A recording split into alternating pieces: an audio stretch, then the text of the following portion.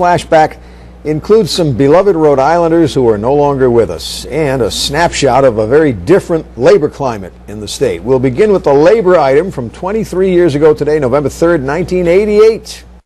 On this day, food service workers at Bryant College went on strike as their contract expired.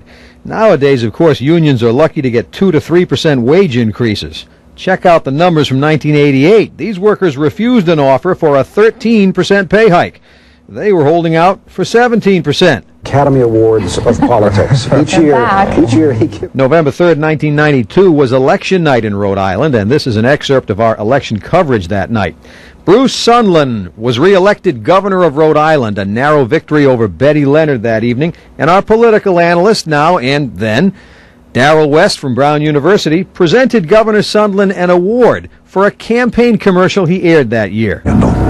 But in 1990, that started to change.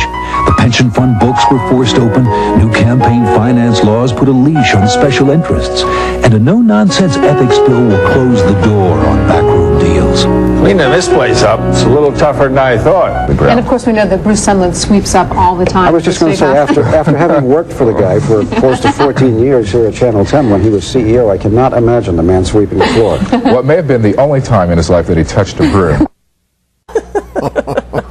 And there were all kinds of comments like that at Bruce Sunland's memorial service earlier this year. He was quite a character, as we all know. And as you probably know, Bruce Sunland, seen in 1992 in that footage with his then wife Marjorie, passed away earlier this year. And Doug White, NBC 10's respected and beloved news anchorman for so many years, has been gone now for just over 5 years.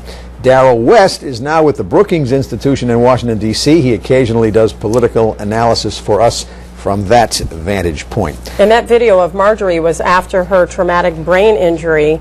It was an accident in upstate New York the year before. In 1991. And of course, Doug, people still, I think, approach most of us here with their favorite Doug story. Yeah. Yep, no question about that. One final note, in 1988 it was known as Bryant College. Today, of course, it's known as Bryant University. Now